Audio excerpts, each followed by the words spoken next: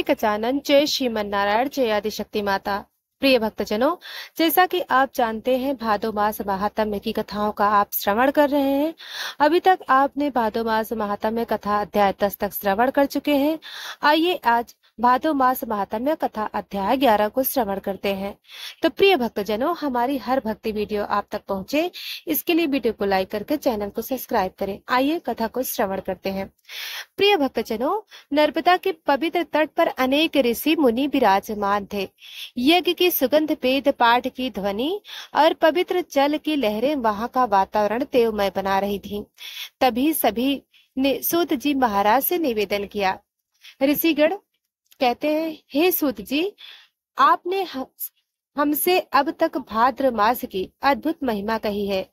अब कृपा करके माह और भी गुण कथा हमें सुनाइए। विशेषकर अध्याय 11 का विस्तार से वर्णन करें।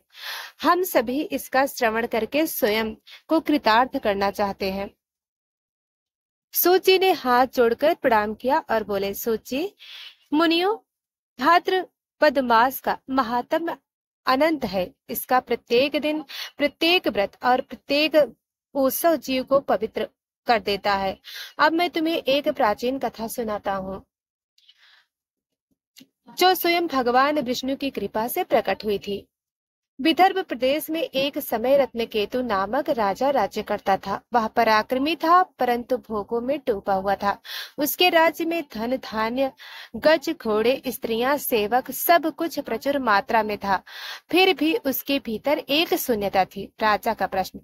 एक दिन उसने अपने मंत्रियों और पुरोहितों से कहा, हे विद्वजनों, मेरे पास सब कुछ है, फिर भी हृदय में शांति क्यों नहीं है?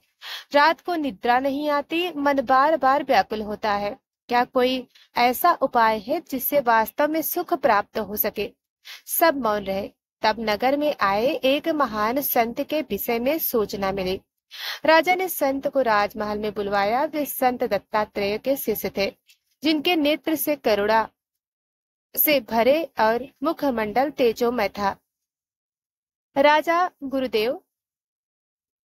कहते हैं, गुरुदेव, कृपा करके बताइए, मुझे शांति क्यों नहीं मिल रही है? मैं किन उपायों से मोक्ष प्राप्त कर सकूं, मोक्ष का मार्ग पा सकूं? प्रिय भक्तजनों, संत जी कहते हैं, राजन, धन, स्त्री, वैभव, ये सब नश्वर हैं। इनसे आत्मा कभी संतोष नहीं मिलता। केवल भक्ति, व्रत और दान ही ऐसे साधन हैं जो आत्मा को शुद्ध कर देते हैं। विशेषकर भाद्रपद मास का पालन करने से जीव जन्म मरण से मुक्त हो जाता है। संत की सुनाई कथा। वसुंधरा ब्राह्मणी की गाथा। संत ने आगे कहा, बहुत समय पहले चंद्रपुर नगर में वसुंधरा नाम की एक ब्राह्मणी रहती थी। उसका पति अल्प आय वाला था और घर में सदैव अभाव बना रहता था।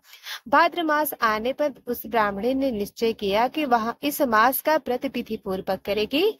वह प्रतिदिन प्रातः गंगा स्नान करती, तुलसी पत्र से भगवान विष्णु की पूजा करती और दीप दान करती। भाद्रपद शुक्ल एकादशी को उसने कठोर व्रत रखा। उस दिन उसने उपवास कर भगवान की कथा सुनी और कीर्तन किया। उसका शरीर दुर्बल हुआ, परंतु मन प्रफुल्लित था। व्रत पूर्ण होने पर उसी रात उसे स्वप्न में स्वयं भगवान विष्णु दर्शन दिए। भगवान ने कहा, वत्से, तुमने श्रद्धा से मेरा व्रत किया है, इससे तुम्हारा यह जीवन ही नहीं, अगले अनेक जन्म भी पवित्र हो जाएंगे। मृत्यु के बाद तुम मेरे धाम को प्राप्त होगी। कालांतर में वसुंधरा का देहावसान हुआ। दिव्य विमान आकाश से उतरा और वह विष्णु धाम चली गई। प्रिय भक्तजनों, संत की यह कथा सुनकर राजा रत्नकेतु का हृदय बदल गया और उसने संकल्प लिया कि वह अब से भाद्र मास का पालन करेगा। उसने गंगा स्नान किया, हर दिन तुलसी पत्र चढ़ाया, अन्न और वस्त्र का दान किया, एकादशी का कठोर व्रत किया। कुछ ही समय में उसका चित्त निर्मल हो गया। राज्य में भी शांति और समृद्धि लौट आई। सूत जी का उपदेश। सूत जी बोले, हे मुनियों, भाद्रपद मास में व्रत और दान करने से जीवन के पाप मुक्त हो जाते हैं। इस माह में दीपदान करने से मनुष्य को ब्रह्मलोक की प्राप्ति होती है। एकादशी का व्रत करने से पूर्वज तृप्त होते हैं और पीढ़ियां पवित्र होती हैं। तुलसी पत्र अर्पण करने मात्र से सभी पाप क्षीण हो जाते हैं। अतः जो मनुष्य इस माह का श्रद्धा से पालन करता है वह विष्णु धाम को प्राप्त करता है। प्रिय भक्तजनों, ऋषिगण आश्चर्य से भर उठे। वे बोले, ऋषिगण, धन्य है यह माह और धन्य है जो इसे श्रद्धा से मानता है। भोग संपत्ति तो नश्वर है, परंतु धर्म ही शाश्वत है। प्रिय भक्तजनों, भाद्रपद मास का 11वां अध्याय हमें यह शिक्षा देता है कि भोग से शांति नहीं मिलती, व्रत, दान और हरि भक्ति से आत्मा निर्मल होती है और यही मार्ग जीवन को मोक्ष की ओर ले जाता है। प्रिय भक्तजनों, सूत जी मुनियों से कहने लगे, हे ऋषिगण, इस अध्याय में एक और अद्भुत कथा आती है। यह कथा सिद्ध करती है कि चाहे मनुष्य कितना भी पापी क्यों न हो, यदि वह भाद्र मास में श्रद्धा से व्रत कर ले तो वह भी मोक्ष प्राप्त कर लेता है। प्राचीन काल में कुशावती नगरी में धर्मसेन नाम का एक व्यापारी रहता था। उसका जीवन अत्यंत पाप पूर्ण था। वह व्यापार में छल कपट करता, निर्धनों का धन छीनता, नशा करता और वासनाओं में डूबा रहता। नगरवासी उससे घृणा करते थे। कालांतर में जब वृद्धावस्था आई तो धर्मसेन रोगों से घिर गया। शरीर जर्जर हो गया, परंतु मन में भय और बेचैनी बढ़ती गई। वह सोचता, मैंने सारा जीवन पाप में गंवा दिया, अब मृत्यु निकट है तो मैं किस लोक को जाऊंगा, निश्चय ही नरक मिलेगा। इसी चिंता में डूबा था कि उसी समय भाद्र मास का आरंभ हुआ। नगर में संत महात्मा प्रवचन कर रहे थे। एक संत ने कहा, हे जनों, भाद्रपद मास का प्रत्येक व्रत मोक्षदायी है। विशेषकर जो एकादशी का व्रत करता है वह पापों से मुक्त होकर विष्णु धाम को प्राप्त होता है। धर्मसेन यह सुनकर रो पड़ा। वह संत के चरणों में गिरकर बोला, धर्मसेन, गुरुदेव, मैंने जीवन भर पाप किए हैं, क्या मेरे जैसे दुष्ट का उद्धार हो सकता है? संत बोले, बस भगवान विष्णु दयालु हैं। यदि तू सच्चे मन से प्रायश्चित कर भाद्रपद मास का व्रत करेगा तो निश्चय ही तेरा उद्धार हो जाएगा।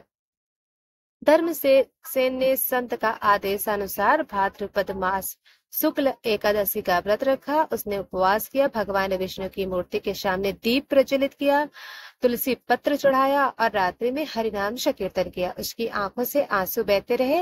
वह बार बार भगवान से क्षमा मांगता रहा। रात्रि के अंत में जब वह थक कर बैठा तभी उसके सामने प्रकाश प्रकट हुआ। उस प्रकाश से भगवान विष्णु प्रकट हुए। भगवान विष्णु बोले, वत्स धर्मसेन, तूने जीवन भर पाप किए, परंतु इस मास में श्रद्धा से मेरा व्रत किया, तेरे पाप नष्ट हो गए। मृत्यु के बाद तुझे मेरा धाम मिलेगा।